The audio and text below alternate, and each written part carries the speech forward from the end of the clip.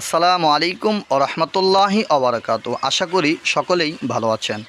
দেখতে পাচ্ছেন আমরা কোয়েলের বাচ্চাগুলোকে বোর্ডিংয়ে বসাইছি। এইটুকুর ভিতরে আমাদের বাচ্চা আছে 400 পিস। তো আমরা কিভাবে বোর্ডিং করি বা কিভাবে আপনারা বোর্ডিং করবেন সেই বিষয়টা নিয়েই আজকের ভিডিওতে আপনাদের মাঝে আমি আলোচনা করব। আমি একতা অ্যাগ্রো ফার্ম থেকে হাফেজ আব্দুর রহমান বলছিলাম। আমাদের লোকেশন ঘাটাইল, টাঙ্গাইল। এই যে দেখতে পাচ্ছেন বাচ্চাগুলো কি সুন্দরভাবে এখন একটা কানিতে চলে আসছে। কেন কানিতে চলে আসছে? কারণ এখন আমাদের খুব টেম্পারেজ মানে এতটা গরম পড়েছে, যেটা বাচ্চাদের জন্য অনেকটাই তাপ সহনশীল। তো আমি রাত্রেবেলা যেখানে 300 ওয়াট বাল্ব দিয়েছিলাম সেখানে এখন মাত্র 100 ওয়াটের একটা বাল্ব দিয়ে রাখছি। এটাই তাদের জন্য গুরুত্বপূর্ণ। এবং দেখতে পাচ্ছেন আমরা যে বাচ্চাগুলোকে যে এখানে ফালাইছি, এই বাচ্চাগুলো আলহামদুলিল্লাহ সুস্থ এবং সবল।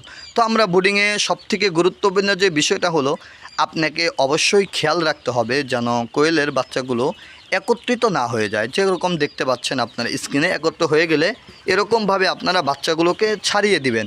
কেন ছাড়িয়ে দিবেন? কারণ বাচ্চাগুলো একটা আরেকটার উপরে উঠলে দম বন্ধ হয়ে মারা যাইতে পারে, অথবা পাড়া লেগে মারা যাইতে পারে।